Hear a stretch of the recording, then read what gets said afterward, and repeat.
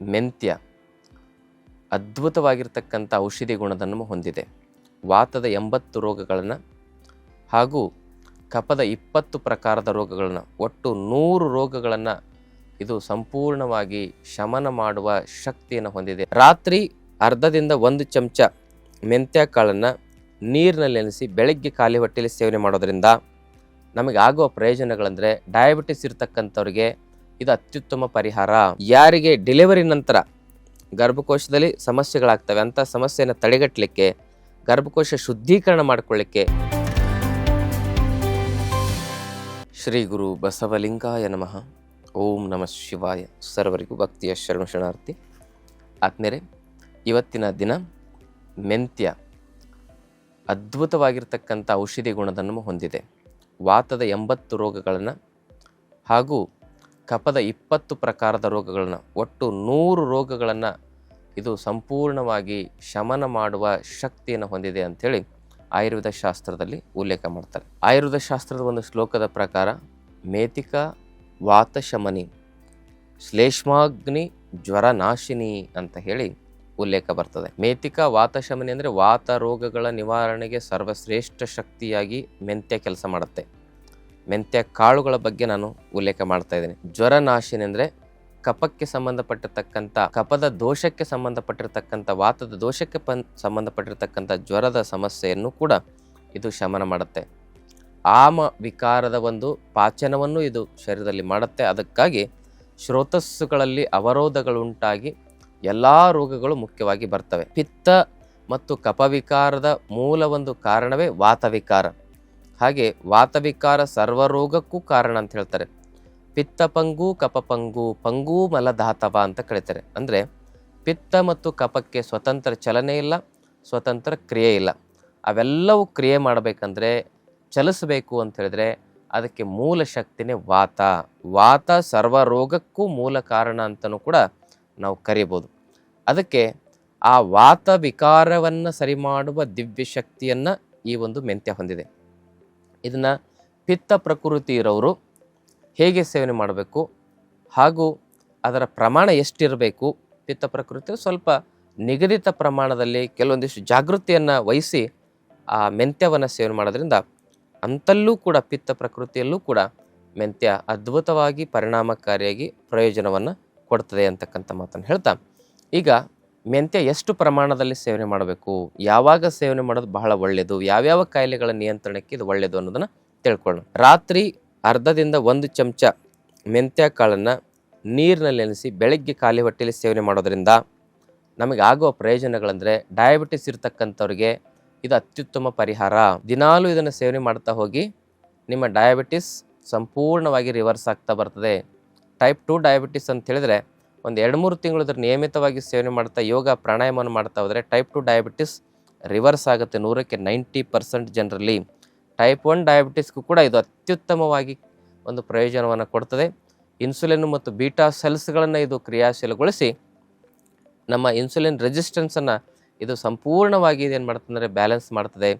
ನಮ್ಮ ಇನ್ಸುಲಿನ್ ಉತ್ಪತ್ತಿನ ಇದು ಬ್ಯಾಲೆನ್ಸ್ ಮಾಡ್ತದೆ. ಟೈಪ್ 1 ಡಯಾಬಿಟಿಸ್ನಲ್ಲೂ ಕೂಡ ಇನ್ಸುಲಿನ್ ಬಿಡತಕ್ಕಂಥ ಒಂದು ಉತ್ತಮವಾಗಿರ್ತಕ್ಕಂಥ ಸ್ಥಿತಿಯನ್ನು ನಮ್ಮ ಶರೀರಕ್ಕೆ ಇದು ಒದಗಿಸುತ್ತೆ. ಅದಕ್ಕಾಗಿ ಟೈಪ್ 1 ಡಯಾಬಿಟಿಸ್ ಇರ್ತಕ್ಕಂಥವ್ರು ಕೂಡ ಒಂದು 60-70% ಜನ ಮೆಂತ್ಯ ಸೇವನೆ ಮಾಡ್ತಾ ಪ್ರಾಣಾಯಾಮವನ್ನು ಸರಿಯಾಗಿ ಮಾಡ್ತಾ ಹೋದರೆ ಆ ಇನ್ಸುಲಿನಿಂದನೂ ಕೂಡ ತಾವು ಹೊರಗಡೆ ಬರಬಹುದು. ಅದರೊಟ್ಟಿಗೆ ಇದರಲ್ಲಿ ಉಷ್ಣವೀರ್ಯ ಗುಣ ಸ್ವಭಾವವನ್ನು ನಾವು ಕಾಣಬಹುದು. ಮೇತಿಕ ಇದು ಒಂದು ಉಷ್ಣವೀರ್ಯ ಸ್ವಭಾವವನ್ನು ಹೊಂದಿದೆ ಅಂಥೇಳಿ ನಮ್ಮ ಆಯುರ್ವೇದ ಶಾಸ್ತ್ರದಲ್ಲಿ ಉಲ್ಲೇಖ ಮಾಡ್ತಾರೆ. ಅದಕ್ಕೆ ಈ ಒಂದು ಮೆಂತ್ಯ ಸೇವನೆ ಮಾಡೋದ್ರಿಂದ ಒಬ್ಯಾಸಿಟಿ, ಬೊಜ್ಜು ಇದೆಲ್ಲ ಕರಗುತ್ತೆ. LDL VLDL ಸಂಪೂರ್ಣವಾಗಿ ಕಮ್ಮಿ ಆಗ್ತಾ ಬ್ಯಾಲೆನ್ಸ್ ಆಗುತ್ತೆ. ಹಾಗೂ ಲಿಪಿಡ್ ಪ್ರೊಫೈಲ್, ಲಿವರ್ ಪ್ರೊಫೈಲ್ ಸಂಪೂರ್ಣವಾಗಿ ಬ್ಯಾಲೆನ್ಸ್ ಮಾಡಲಿಕ್ಕೆ ಈ ಒಂದು ಮೆಂತ್ಯ ಅದ್ಭುತವಾದ ಸಹಕಾರಿಯನ್ನು ನೀಡ್ತದೆ. ಎಲ್ಲೇ ಕೊಲೆಸ್ಟ್ರಾಲು, ಟ್ರೈಗ್ಲಿಸರೈಡು ಬ್ಲಾಕೇಜ್ ಆಗ್ಬೋದು, ಹಾರ್ಟಲ್ಲಿ, ಬ್ರೈನಲ್ಲಿ ಇಸ್ಕೆಮಿಕ್ ಬ್ಲಾಕೇಜು ಅಲ್ಲಾಗ್ತಕ್ಕಂಥ ಆ ಒಂದು ಬ್ಲಾಕೇಜಿನಿಂದ ಸಮಸ್ಯೆಗಳ ಆಗೋದನ್ನು ಇದು ತಡೆಗಟ್ಟುತ್ತದೆ. ಹಾಗೆಯೇ varicose vein, DVT, deep vein thrombosis ಇಂಥವೆಲ್ಲೇ ಶ್ರೋತಸ್ಸುಗಳ ಅವರೋಧವನ್ನು ಇದು ನಿವಾರಣೆ ಮಾಡುತ್ತೆ, ಕರ್ಷಣೆಯನ್ನು ಮಾಡುತ್ತೆ ಮತ್ತು ಲೇಖನವನ್ನು ಮಾಡುತ್ತೆ ಅಂತೇಳಿ ಆಯುರ್ವೇದ ಶಾಸ್ತ್ರದಲ್ಲಿ ನಾವು ಕಾಣಬಹುದು ಉಲ್ಲೇಖಗಳನ್ನ.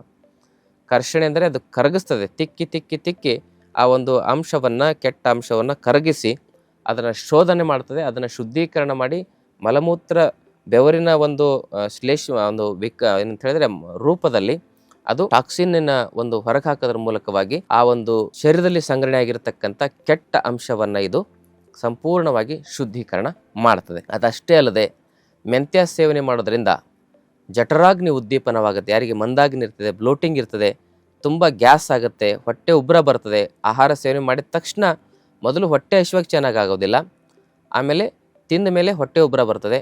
ಈ ಒಂದು ಸಮಸ್ಯೆ ಇರ್ತಕ್ಕಂಥವ್ರು ಮೆಂತ್ಯ ಬೆಳಗ್ಗೆ ನೆನೆಸಿ ಸೇವನೆ ಮಾಡೋದ್ರಿಂದ ಅದರ ಪ್ರಯೋಜನಗಳನ್ನು ನಾವು ಪಡ್ಕೋಬೋದು. ಈ ಥರ ಸಮಸ್ಯೆಗಳಿಗೆ ಪರಿಹಾರವನ್ನು ಕಂಡುಕೊಳ್ಬೋದು. ಇದು ಹೊಟ್ಟೆ ಹಸಿವನ್ನು ಮಾಡ್ತದೆ, ಅದರ ಜೊತೆಗೆ ಜೀರ್ಣಶಕ್ತಿಯನ್ನು ಕೂಡ ಚೆನ್ನಾಗಿ ಮಾಡ್ತದೆ. ಹಾಗೆಯೇ ಮಲಬದ್ಧತೆಯ ಸಮಸ್ಯೆಗೂ ಕೂಡ ಇದು ಪರಿಹಾರವನ್ನು ಒದಗಿಸುತ್ತೆ. ಕರಳಿನಲ್ಲಿ ಪೆರಿಸ್ಟಾಟಿಕ್ ಮೂಮೆಂಟ್ ಸರಿಯಾಗಿಲ್ಲದೆ ಮಲ ಸ್ಟ್ರಕ್ ಆಗ್ತಾ ಇರ್ತದೆ. ಇದು ವಾತ ಅನುಲೋಮನವಾಗಿ ಕೆಲಸ ಮಾಡೋದ್ರಿಂದ, ವಾತ ವಿಕಾರಗಳನ್ನು ದೂರ ಮಾಡೋ ಶಕ್ತಿ ಇದರಲ್ಲಿರೋದ್ರಿಂದ ಮಲಬದ್ಧತೆಯ ಸಮಸ್ಯೆಗೆ ನೆನೆಸಿರ್ತಕ್ಕಂಥ ಮೆಂತ್ಯ ಸೇವನೆ ಮಾಡೋದು ಬೆಳಗ್ಗೆ ಅತ್ಯುತ್ತಮವಾದ ಪರಿಹಾರ ಅಂತ ಹೇಳ್ಬೋದು. ಅದಷ್ಟೇ ಅಲ್ಲದೆ ಮುಖ್ಯವಾಗಿ ಜಾಯಿಂಟ್ಸ್ ಪೇನ್ ಇರ್ತಕ್ಕಂಥವ್ರು, ಸಯಾಟಿಕಾ ಪೇನ್ ಇರ್ತಕ್ಕಂಥವ್ರು, ಸರ್ವೈಕಲ್ ಸ್ಪಾಂಡ್ಲೈಟಿಸ್ ಸಮಸ್ಯೆ ಇರ್ತಕ್ಕಂಥವ್ರು, ಎಲ್ಲೇ ಜಾಯಿಂಟ್ ಪೇನ್ ಇದ್ದರೂ ಕೂಡ ನೆನೆಸಿರ್ತಕ್ಕಂಥ ಮೆಂತ್ಯ ಬೆಳಗ್ಗೆ ಖಾಲಿ ಹೊಟ್ಟೆಯಲ್ಲಿ ಸೇವನೆ ಮಾಡೋದ್ರಿಂದ ಕೇವಲ ಒಂದು 2-3 ತಿಂಗಳು ಸೇವನೆ ಮಾಡಿ ನೋಡಿ, ಆ ಸಮಸ್ಯೆಯಿಂದ ತಾವು ಪರಿಹಾರವನ್ನು ಕಂಡುಕೊಳ್ಬೋದು. ಅತಿ ಹೆಚ್ಚಾಗಿ ಸಮಸ್ಯೆ ಇತ್ತು ಅಂತ ಹೇಳಿದರೆ ಆಯುರ್ವೇದದಲ್ಲಿ ಪಂಚಕರ್ಮ ಚಿಕಿತ್ಸೆ ಇದೆ. ಆ ಚಿಕಿತ್ಸೆ ಮೂಲಕ ಸಯಾಟಿಕಾ ಪೇನ್ ಆಗಿರ್ಬೋದು, ಮಂಡಿ ನೋವಾಗಿರ್ಬೋದು, ಕುತ್ತಿಗೆ ನೋವಾಗಿರ್ಬೋದು, ಆಪ್ರೇಷನ್ ಇಲ್ಲದೆ ಆ ಸಮಸ್ಯೆನ ಸರಿಪಡಿಸ್ಕೋಬೋದು. ಆ ಚಿಕಿತ್ಸೆನ ಸರಿಯಾಗಿ ನಾವು ಶಾಸ್ತ್ರಬದ್ಧವಾಗಿ ಮಾಡಬೇಕಾಗತ್ತೆ. ನಮ್ಮ ಆಶ್ರಮದಲ್ಲಿ ಎಷ್ಟೋ ಜನ ಆಪ್ರೇಷನ್ ಇಲ್ಲದೆ ಇಂತಹ ಒಂದು ಮಂಡಿ ನೋವಿನ ಸಮಸ್ಯೆ, ಸೊಂಟ ನೋವಿನ ಸಮಸ್ಯೆ, ಕುತ್ತಿಗೆ ನೋವಿನ ಸಮಸ್ಯೆಯನ್ನು ಪರಿಹಾರ ಮಾಡಿಕೊಂಡಿದ್ದಾರೆ. ಮತ್ತು ಎರಡನೇದು ಅಂತ ಹೇಳಿದರೆ, ಮತ್ತೊಂದು ಪ್ರಯೋಜನ ಅಂತ ಹೇಳಿದರೆ, ಯಾರಿಗೆ ಡೆಲಿವರಿ ನಂತರ ಗರ್ಭಕೋಶದಲ್ಲಿ ಸಮಸ್ಯೆಗಳಾಗ್ತವೆ ಅಂಥ ಸಮಸ್ಯೆಯನ್ನು ತಡೆಗಟ್ಟಲಿಕ್ಕೆ, ಗರ್ಭಕೋಶ ಶುದ್ಧೀಕರಣ ಮಾಡಿಕೊಳ್ಳಿಕ್ಕೆ ಡೆಲಿವರಿ ನಂತರ ಕಂಪಲ್ಸರಿ ಮೆಂತ್ಯವನ್ನು ಪೌಡ್ರ್ ರೂಪದಲ್ಲಿ ಆದರೆ ಒಂದು ಅರ್ಧ ಚಮಚ ಅಥವಾ ನೆನೆಸಿರೋ ಮೆಂತ್ಯ ಆದರೆ 1 ಚಮಚ ನೆನೆಸಿರ್ತಕ್ಕಂಥ ಮೆಂತ್ಯವನ್ನು ಬೆಳಿಗ್ಗೆ ಖಾಲಿ ಹೊಟ್ಟೆಲಿ ಸೇವನೆ ಮಾಡೋದ್ರಿಂದ ಗರ್ಭಕೋಶ ಶುದ್ಧಿ ಆಗುತ್ತೆ, ಮಗುಗೆ ಒಳ್ಳೆಯ ಕ್ವಾಲಿಟಿ ಹಾಲು ಸಿಗುತ್ತೆ, ಮತ್ತು ವೇಟ್ ಲಾಸು, ತುಂಬ ಬೊಜ್ಜಾಗಿರ್ತದೆ. ಹೆಣ್ಮಕ್ಳು ಸಿಜರಿನ್ ಆದ್ರಂತೂ ಹೊಟ್ಟೆಗೆ ಬಟ್ಟೆ ಕಟ್ಟಲಿಕ್ಕೆ ಆಗೋದೇ ಇಲ್ಲ. ಹೀಗೆ ಹಲವಾರು ಕಾರಣದಿಂದ ಡೆಲಿವರಿ ನಂತರ ಹೊಟ್ಟೆ ಬೊಜ್ಜನ್ನು ಕರಗಿಸ್ಲಿಕ್ಕೆ ಡೆಲಿವರಿ ಆದ ತಕ್ಷಣವೇ ಮೆಂತ್ಯ ಕಾಳನ್ನು ನೆನೆಸಿ ತಿನ್ನೋದು ಅಥವಾ ಪೌಡ್ರ್ ರೂಪದಲ್ಲಿ ನಾವು ಬೆಳಗ್ಗೆ ಖಾಲಿ ಹೊಟ್ಟೆಲಿ ಜೇನು ಒಂದು ಅರ್ಧ ಚಮಚ, 1 ಚಮಚ ಹಸುವಿನ ತುಪ್ಪದಲ್ಲಿ ಒಂದು ಅರ್ಧ ಚಮಚ ಮೆಂತ್ಯ ಪೌಡ್ರನ್ನ ಮಿಶ್ರಣ ಮಾಡಿ ಸೇವನೆ ಮಾಡೋದು, ಇದು ಬಹಳ ಒಳ್ಳೆಯದು. ಮೆಂತ್ಯ ಪೌಡ್ರನ್ನ ಬಳಸಿ ನಾವು ಲಾಡೂ ಕೂಡ ಮಾಡಿಕೊಂಡು ಸೇವನೆ ಮಾಡ್ಬೋದು. ಅದು ಕೂಡ ಡೆಲಿವರಿ ಆಗಿರ್ತಕ್ಕಂಥ ಒಂದು ಸಂದರ್ಭದಲ್ಲಿ ಹೆಣ್ಣು ಮಕ್ಕಳಿಗೆ ಭಾಳ ಪ್ರಯೋಜನಕಾರಿಯಾಗಿ ಕೆಲಸ ಮಾಡುತ್ತೆ.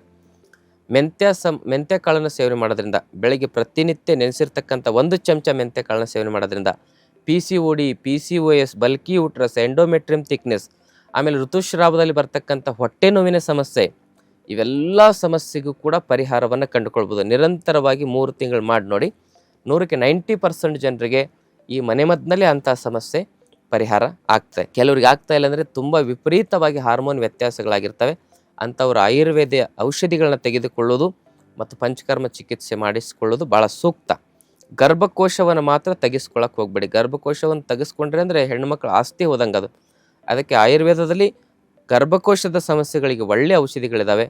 ಆ ಔಷಧಿಗಳನ್ನ ಒಳ್ಳೆಯ ಒಂದು ನಿಯಮಿತವಾಗಿರ್ತಕ್ಕಂಥ ಪ್ರಮಾಣದಲ್ಲಿ ತೆಗೆದುಕೊಳ್ಳೋದು ಹಾಗೂ ಕರೆಕ್ಟಾಗಿ ಪರಿಪೂರ್ಣವಾಗಿ ಆಯುರ್ವೇದ ಜ್ಞಾನ ಇರತಕ್ಕಂಥವ್ರ ಹತ್ರ ಔಷಧಿ ತೆಗೆದುಕೊಳ್ಳೋದು ಬಹಳ ಮುಖ್ಯ ಅಂತಕ್ಕಂಥ ಮಾತನ್ನು ಹೇಳ್ತೇನೆ.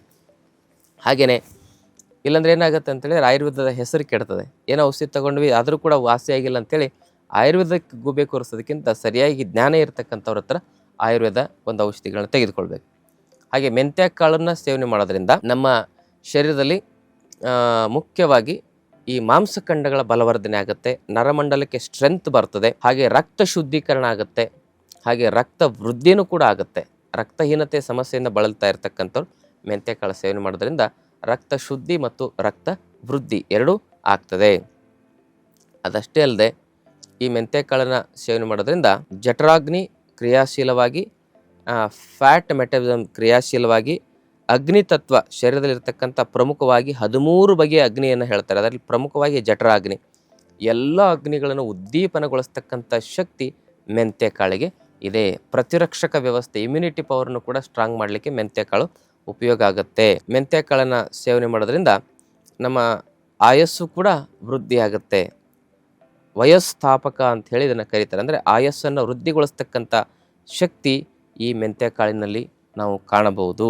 ಎಲ್ಲಾದರೂ ಗಾಯ ಆಗಿದ್ದರೆ, ಆಮೇಲೆ ಎಲ್ಲರೂ ಸ್ಕಿನ್ ಅಲರ್ಜಿ ಇದ್ದರೆ ಅಂಥದ್ರಲ್ಲಿ ಮೆಂತ್ಯ ಕಾಳನ್ನು ನೆನೆಸಿ ಅದನ್ನು ಕೊಬ್ಬರಿ ಎಣ್ಣೆಯೊಂದಿಗೆ ಬೆರೆಸಿ ಅಲ್ಲಿ ಲೇಪನ ಮಾಡೋದ್ರಿಂದ ಆ ಸ್ಕಿನ್ ಅಲರ್ಜಿಗಳನ್ನು ಕೂಡ ತಡೆಗಟ್ಟಬಹುದು.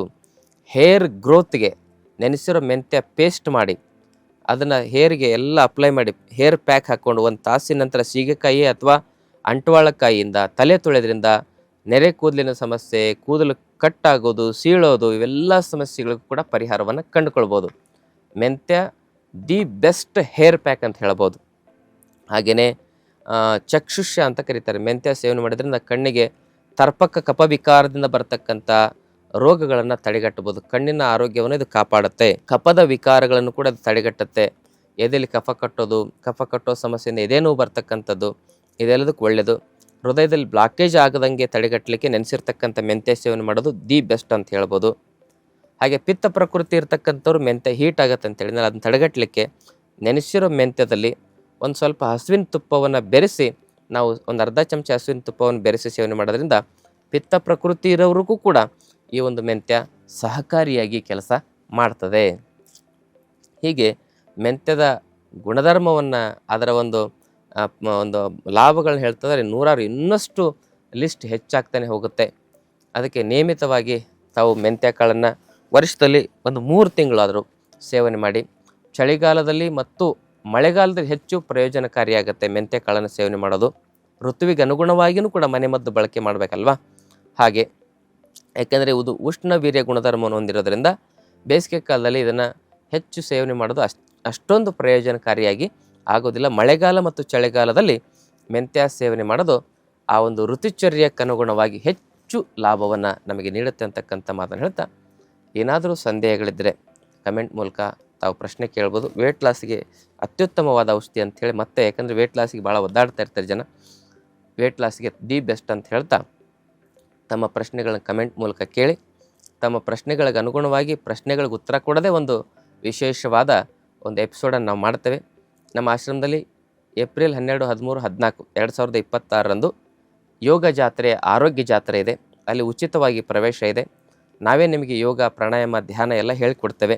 ಆಹಾರ ಪದ್ಧತಿ, ಜೀವನ ಪದ್ಧತಿಯನ್ನು ಸುಧಾರಿಸ್ಕೊಂಡು 100 ವರ್ಷ ಹೇಗೆ ಆರೋಗ್ಯವಾಗಿ ಇರಬೇಕು ಅನ್ನೋ ವಿಚಾರವನ್ನು ಅಲ್ಲಿ ತಿಳಿಸ್ಕೊಡ್ತೇವೆ. ಅಲ್ಲಿ ಉಚಿತ ಪ್ರವೇಶ ಇರುತ್ತೆ. ಆದರೆ ಬರೋಕ್ಕಿಂತ ಮೊದಲು ನಿಮ್ಮ ಹೆಸರು ನೋಂದಾಯಿಸ್ಕೊಳ್ಬೇಕು. ಕೆಳಗಡೆ ಕಾಂಟ್ಯಾಕ್ಟ್ ನಂಬರ್ ಇದೆಯಲ್ಲ, ಆ ನಂಬರಿಗೆ ಫೋನ್ ಮಾಡಿ ನಿಮ್ಮ ಹೆಸರು ನೋಂದಾಯಿಸಬೇಕು. ಯಾಕಂದರೆ ಹೆಸರು ನೋಂದಾಯಿಸಿದರೆ ಮಾತ್ರ ಅಷ್ಟು ಜನರಿಗೆ ನಾವು ವ್ಯವಸ್ಥೆಯನ್ನು ಮಾಡಲಿಕ್ಕೆ ಸರಿಯಾಗಿ ಆಗ್ತದೆ. ಅದಕ್ಕೆ ಹೆಸರು ನೋಂದಾಯಿಸಿದವರಿಗೆ ಅವಕಾಶ ಇರ್ತದೆ. ಮೊದಲೇ ನಿಮ್ಮ ಹೆಸರನ್ನ ನೋಂದಾಯಿಸ್ಕೊಳ್ಳಿ. ಶರಣಾರ್ಥಿ. ಮತ್ತಷ್ಟು ಆಯುರ್ವೇದ ಹಾಗೂ ಯೋಗ ಹೆಲ್ತ್ ಟಿಪ್ಸ್ಗಾಗಿ ಶ್ರೀಗಂಗಾ ಯೋಗ ಚಾನೆಲ್ನ ಸಬ್ಸ್ಕ್ರೈಬ್ ಮಾಡಿ. ಹಾಗೆಯೇ ಫೇಸ್ಬುಕ್ ಮತ್ತು ಇನ್ಸ್ಟಾಗ್ರಾಂನಲ್ಲಿ ಮಿಸ್ ಮಾಡದೆ ಫಾಲೋ ಮಾಡಿ.